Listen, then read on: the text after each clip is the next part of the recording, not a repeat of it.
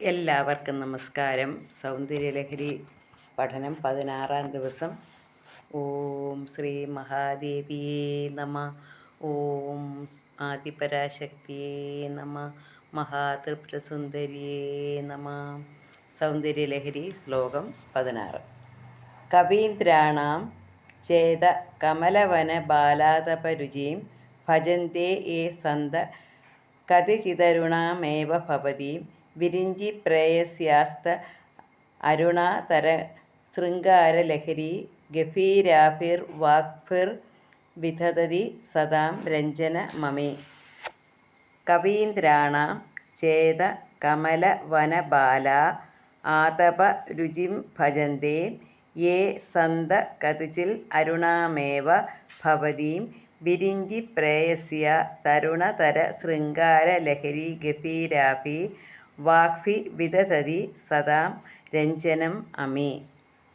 അല്ലയോ പരമേശ്വരി, കവിശ്രേഷ്ഠന്മാരുടെ മനസ്സുകളാകുന്ന താമരപ്പൂക്കൂട്ടത്തിന് ബാലസൂര്യകാന്തിയായി അരുണ എന്നു പേരുള്ളവളായി ചുവപ്പ് നിറത്തോടു കൂടിയവളായിരിക്കുന്ന നിന്തിരുവടിയുടെ ഏതൊരു ഭക്തരാണോ, ഏതൊരു സാധകനാണോ ഭജിക്കുന്നത്, ആ സാധകർക്ക് സരസ്വതീ ദേവിയുടെ അത്യന്തം താരുണ്യത്തോടു കൂടിയ ശൃംഗാരത്തിൻ്റെ പ്രവാഹം പോലെ ഗംഭീരങ്ങളായ വാക്കുകളെ കൊണ്ട് സജ്ജനങ്ങളുടെ മനോരഞ്ജനത്തെ ചെയ്യുന്നു. ഇവിടെ പറയുന്നത് സരസ്വതീ ദേവിയുടെ തന്നെ അരുണഭാവമാണ്. അല്ലയോ പരമേശ്വരി, കവിശ്രേഷ്ഠന്മാരുടെ മനസ്സുകളാകുന്ന താമരപ്പൂക്കൂട്ടത്തിന്, ഇപ്പം കവിശ്രേഷ്ഠന്മാരുടെ മനസ്സുകളെന്ന് പറയുന്നത് താമരപ്പൂക്കൂട്ടമാണ്. താമരപ്പൂ, ആ താമരപ്പൂ വിരിയണമെങ്കിൽ സൂര്യൻ വേണം.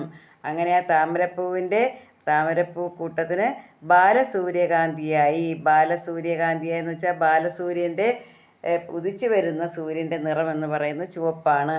അങ്ങനെ അരുണ എന്ന പേരുള്ളവളായി ഇവിടെ അരുണാദേവിയുടെ കാര്യമാണ് പറയുന്നത്. അരുണാദേവി സരസ്വതീ ദേവിക്ക് വെളുത്ത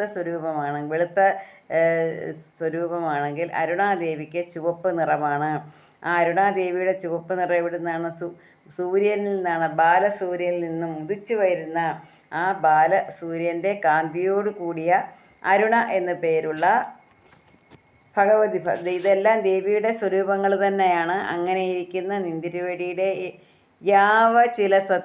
ചില സത്തുക്കൾ ഏ സന്ത കതിച്ചിൽ ചില സത്തുക്കൾ എന്ന് വെച്ചാൽ ആരാണോ ഈ ഭജിക്കുന്നത്, ഈ സത്തുക്കൾ ഭജിക്കുന്നുവോ, ഈ സത്തുക്കൾ സരസ്വതീ ദേവിയുടെ അത്യന്തം താരുണ്യത്തോടു കൂടിയ. അപ്പോൾ അരുണാദേവി എന്ന് പറയുന്നത് ശൃംഗാരത്തിൻ്റെ പ്രവാഹം പോലെ ഗംഭീരങ്ങളായ വാക്കുകളെ കൊണ്ട് സജ്ജനങ്ങളുടെ മനസ്സിനെ രഞ്ജിപ്പിക്കുന്നു. അപ്പോൾ ഇവിടെ സരസ്വതീ ദേവിയുടെ കടാക്ഷം ഉണ്ടെങ്കിൽ മാത്രമേ കവിശ്രേഷ്ഠന്മാരാകാൻ പറ്റുകയുള്ളൂ എന്ന് പറഞ്ഞു. അതുപോലെ ഇപ്പോൾ ഇവിടെ അരുണാദേവിയുടെ കടാക്ഷം കൊണ്ട് അരുണാദേവിയുടെ അനുഗ്രഹം കൊണ്ട് ശൃംഗാരരസപ്രവാഹങ്ങളായ വാക്കുകൾ കൊണ്ട് സജ്ജനങ്ങളുടെ മനസ്സിനെ രഞ്ജിപ്പിക്കാൻ കഴിയുന്നു. അപ്പോൾ ഒന്നുകൂടെ പറയുന്നത്, ബാലസൂര്യകിരണം എങ്ങനെ താമരപ്പൂക്കൂട്ടത്തെ വികസിപ്പിക്കുന്നുവോ അതുപോലെ ശ്രീദേവി ഭക്തന്മാരായ കവിശ്രേഷ്ഠന്മാരുടെ മാനസങ്ങളെ വികസിപ്പിക്കുന്നു. വികസിപ്പിക്കുക എന്ന് വെച്ചാൽ എന്താ? പുതിയ കവിതകൾ നിർമ്മിക്കുന്നതിനുള്ള ബുദ്ധി സാമർഥ്യത്തെ കൊടുക്കുന്നു. അപ്പം സൂര്യൻ സാധാരണ കവികൾ സരസ്വതീ ദേവിയുടെ അനുഗ്രഹം കൊണ്ടാണ്. ആ സരസ്വതീ ദേവി എന്ന് പറയുന്നത് സാക്ഷാൽ മഹാദേവിയാണ്. ആ ശ്രീദേവി ഭക്തന്മാരായ കവിശ്രേഷ്ഠന്മാരുടെ മനസ്സുകളെ ബുദ്ധി കൊണ്ട് വികസിപ്പിക്കുന്നു. എന്ന് വെച്ചാൽ പുതിയ പുതിയ സൃഷ്ടികൾ നടത്താനുള്ള ബുദ്ധി സാമർഥ്യത്തെ കൊടുക്കുന്നു.